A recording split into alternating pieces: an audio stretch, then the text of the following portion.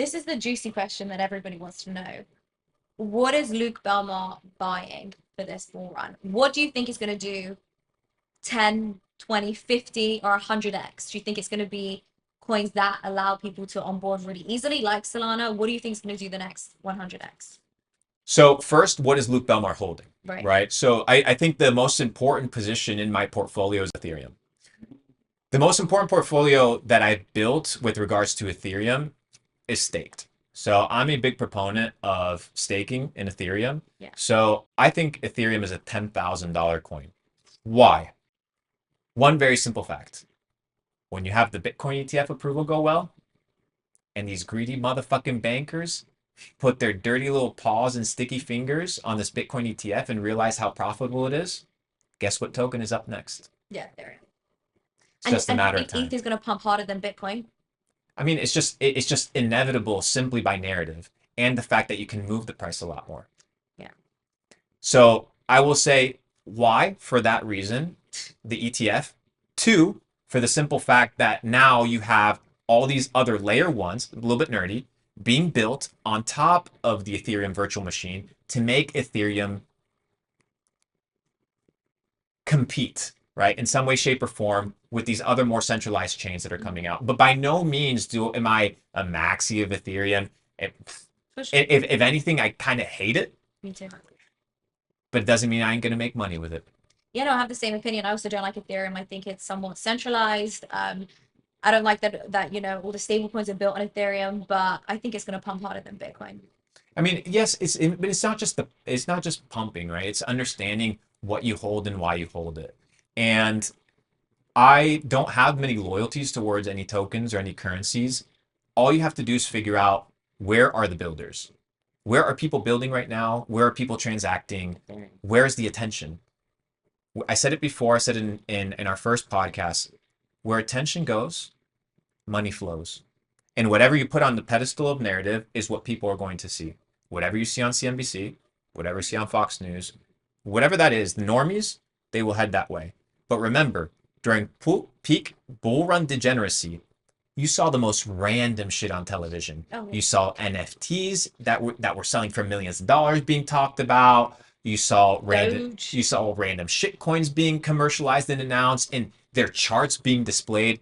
So Wall Street is run by a ton of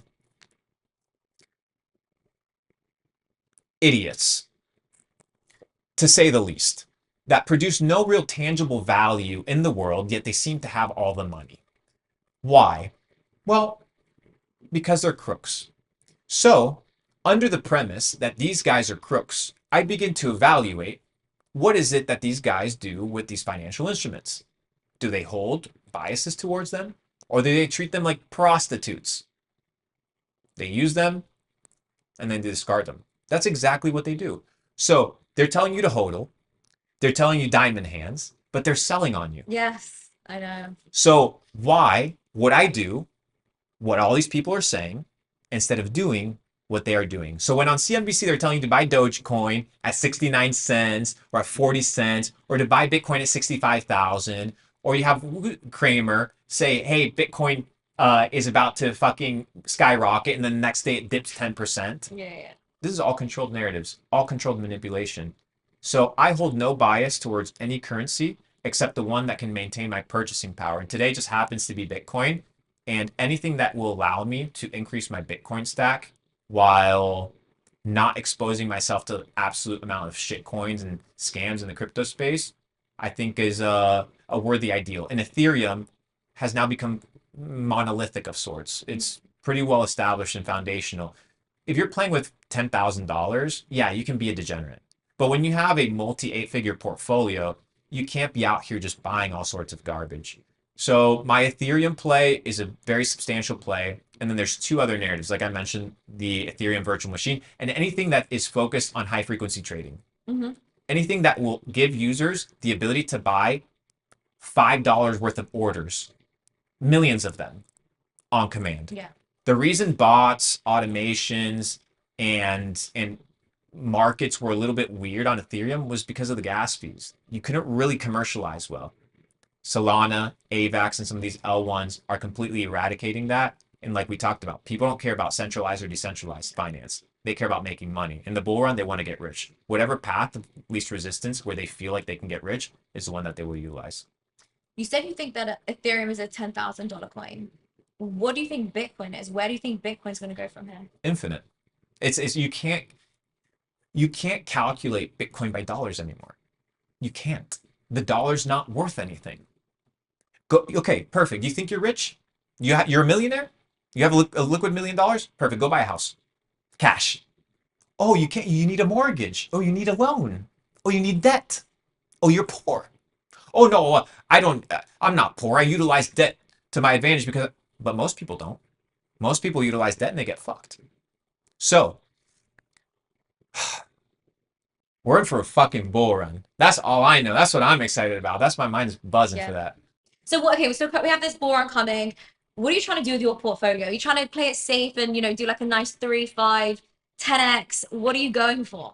So I mentioned, I think about a year ago that my phases in crypto evolve as I spend more time in it.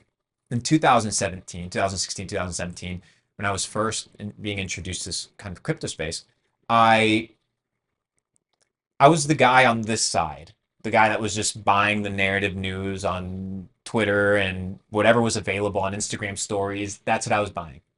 The bull run right after, I began observing key opinion leaders and these Twitter accounts and GitHub accounts and Reddit accounts with 5, 10, 20,000 followers. But this bull run, I'm with the builders. I'm building products. I'm investing in companies. I'm seed funding companies. Uh, I'm really involved at the gem hunting level, which is more less technical and more fundamental long-term approach towards projects. At this point, crypto is seasoned enough for me to start collaborating with projects more closely. And that's kind of what my focus is going to be this bull run. It's more so meeting the founders that are good, that are going to be here for a really long time, figuring out who are the scammers of this bull run and Mm. calling them out before they fuck all of us. I think that that's something we have to collectively do.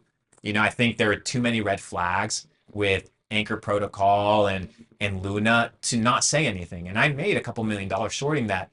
But if I would have used my platform that I have today to say certain things, then maybe people would have lost as much money. So I think building is my focus this run more so than profits. I've made a great amount of money, but I think at this point it's building things that empower the ecosystem. I'm working on a couple open source projects that are going to be free projects for the internet to make Bitcoin better and make the crypto space better. So they're open source projects that people can have. I have a couple premium products and I have a couple crypto projects that I've been collaborating with, but it's a little bit of a different approach now that I am not seeing myself as much of a trader and more so a value investor and a gem hunter of sorts. How do you hunt the gems? I know that you said obviously you've got to look at what's most convenient, what allows mass adoption, what allows the path of least resistance. But is there anything else? Like when you're talking to these founders, what are you looking for? What are you wanting to hear? So you think, yeah, I want to put my money with you. So you need to know, first of all, do these founders have legs? What do I mean by legs? Good luck trying to found a crypto project or get started in crypto and not getting absolutely fucking grilled and destroyed. Yeah. So you want to have thick skin. So you're betting on people. You don't want to be betting on certain individuals that have no ability to run projects. One thing is to have a project and start a project and have a novel idea. Another thing is to be a business owner and have the balls and wherewithal to withstand a bear market. So the first thing that I look at is the individual. That's where you need to start when you're investing because you're investing into people. The second thing I invest into is not just the specific company or project. I invest in the narrative. So I need to do my due diligence and my research as to what are the narratives of the future. What is coming? I said it a couple of years ago when I was sitting down with one of the prolific OpenAI founders. He told me, start an AI proof company. He didn't tell me start an AI company, which is what all these dumb fucks did. He said, start an AI proof company because it's a lot easier than going and doing AI. You don't do AI. Do it, make an AI proof company. So I went and built Capital Club, which is AI proof. Why? Under the simple premise of understanding the future. So narratives. Often, right after narratives, you have microcycles of trends. So you have narratives, macro cycles, and you have microcycles, trends. So what are you investing on at the trend level? Maybe this is worth like one bull run, couple months. Like you see Uniswap, for example. Uniswap in 2019 was absolutely ballistic. It was a trend. It was part of a bigger narrative, which is DeFi, but it had its moment. So you need to figure out the lifespan of these crypto projects, which tends to be short for most of them, Yeah. and then understand the narrative so that you can rotate your liquidity through the narrative, but inside different trends. So let's talk about navigating this bull run, right? So once people have found, where the trend is, what the coin is, how do they know when to sell? You sold Bitcoin, you said around 40 to $50,000. That's amazing. That's near the top of the market. That's incredible. So how would you tell somebody, how would you explain this is how you need to sell? This is how you know at what point in the market you need to sell. The number one rule of investing is always know your exit plan. You always need to know when you're going to get out. Yeah. So I had a plan of when I was going to get out. I thought Bitcoin was going to go to 87,000. Okay. That's what I thought Bitcoin was going to go to. But I wasn't going to sell at 87,000 because if I thought 87,000, then everybody thought 87,000. Yeah. So if you have to front run people on buy orders to get the bottom of the market, you have to front run people on sales, which means that sometimes you can't sell the top and sometimes you can't buy the bottom. So I'm okay not buying the top. But if you have a $30 million bag and that shit swings 10%, that's $3 million. So am I going to wait for it to go up 10%? Or am I going to wait for it to go down 10%? Which one's going to hurt me more? Making $3 extra million or losing $3 million, which is a couple years of work? Losing $3 million. So the moment the losing at a ratio was something that I couldn't really stomach, I was out. That's amazing. That's something me and my brother were talking about the other day because we're holding. I feel like every time we have this conversation, I have to tell you, me and my brother are holding a shit coin, and we're like, should we get in or out? And no, we decided to sell actually because we had that same mindset. We thought we couldn't stomach the drop, so let's just take the bag. The coin ended up pumping. Actually, it did a 2x, but we don't care. But the thing is, you do care because you mentioned it, and that's okay. Exactly, but It's okay. It's not. you know what I mean? I know what you mean, and It's this is the second point. Yeah, You never look at what you don't get. right. So it's like walking into a pastry shop, getting two croissants, about to walk out, and then lusting at the fact that you didn't get every other dessert. You're not going to catch everything. You're not going to. So once you exit your position, I don't look at that shit. I'm done. I'm No. done. Because then you get FOMO and then you buy back, and then that's when you get dumped. No, we're not buying back. But I know I tend to remove the tickers ticker from my from phone. your- Yeah. I've removed so many tickers. Okay, so I want to understand. People do get, emotionally attached to their coins. They get caught up in the hype. You mentioned the term super cycle, and I respect that and I understand why you mentioned that, but I also feel like the term super cycle is kind of a dangerous term because it makes people hold on forever.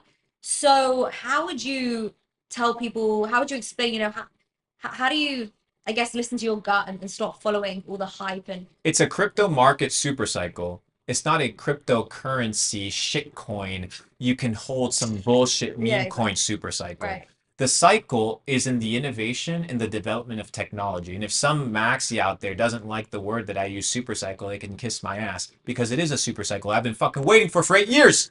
So it is here. But it's a cycle of innovation and adoption. It's not a cycle of, oh, am I going to hold this fucking Dogecoin from 69 cents, which is a 50 plus $billion market cap, all the way to $3 to $5. It's not going to happen. It's a shit coin. It has no intrinsic value. It has no worth. It doesn't store energy like Bitcoin does. It does nothing. So if people hold their bags in shit coins, perfect. They deserve to hold their bags in shit coins. Mm-hmm. If they buy something and they don't sell it and the price goes down, you deserve the price to go down because you didn't sell. Yeah. Just like any other thing. You can buy this house, it will either appreciate or depreciate. You can buy a pair of shoes, it'll be appreciate or depreciate. The question is, are you willing to actually buy it at that price and hold it? And is it worth what you're buying it at? So for example, I have a lot of projects that approach me in crypto for private rounds and things like that. And I always welcome them, but sometimes I get these ridiculous multi-billion-dollar valuations when they don't even have a project, they don't even have a token, they don't have anything. That's a shitcoin. That's a shitcoin. Why? How can you justify and validate $1 billion of valuation? You can't. So what happens when you have overinflated $1 billion of valuation? Eventually that valuation depletes and you're left holding the bag. I will not be left holding the bag. I prefer making the money based off of the goals that I have, and then I get out. But I don't know where Bitcoin peaks at this cycle. I really don't, because nothing like it has ever happened before. You had bad crypto actors wiped out. You had banks wiped out, which introduced trillions of dollars of currency being printed. You had the top stocks already pump, which means they're not as enticing to get into. You had a rotation into crypto. You have the Bitcoin ETF. You have the Bitcoin halving. You have now DeFi adoption right around the corner. What else do you want? Like what other green signals, what other green lights do you want to get involved in an emerging market? There is nothing to fear when it comes to the crypto space if you're here to build and if you're here to innovate and if you actually believe in it. If you're just in it for a quick bag, I've seen so many people in all these bull runs that I've done. I did the 2017 bull run with a ton of people. Mm-hmm. None of them are here. Mm-hmm. None. Yeah. None. The guy that got me into crypto today owns no crypto. The guys that I did the bull run in 2020 with, besides 7 gem hunters that I now moved over to 2024 bull run, they're not here. Most of them don't even own crypto. It's fucking crazy. So this cycle, it'll happen again. Mm. The question is, am I going to be an individual that sells his bags and quits and goes and does something else? Or am I going to continue accumulating and buying into this internet ecosystem that is literally flourishing day by day?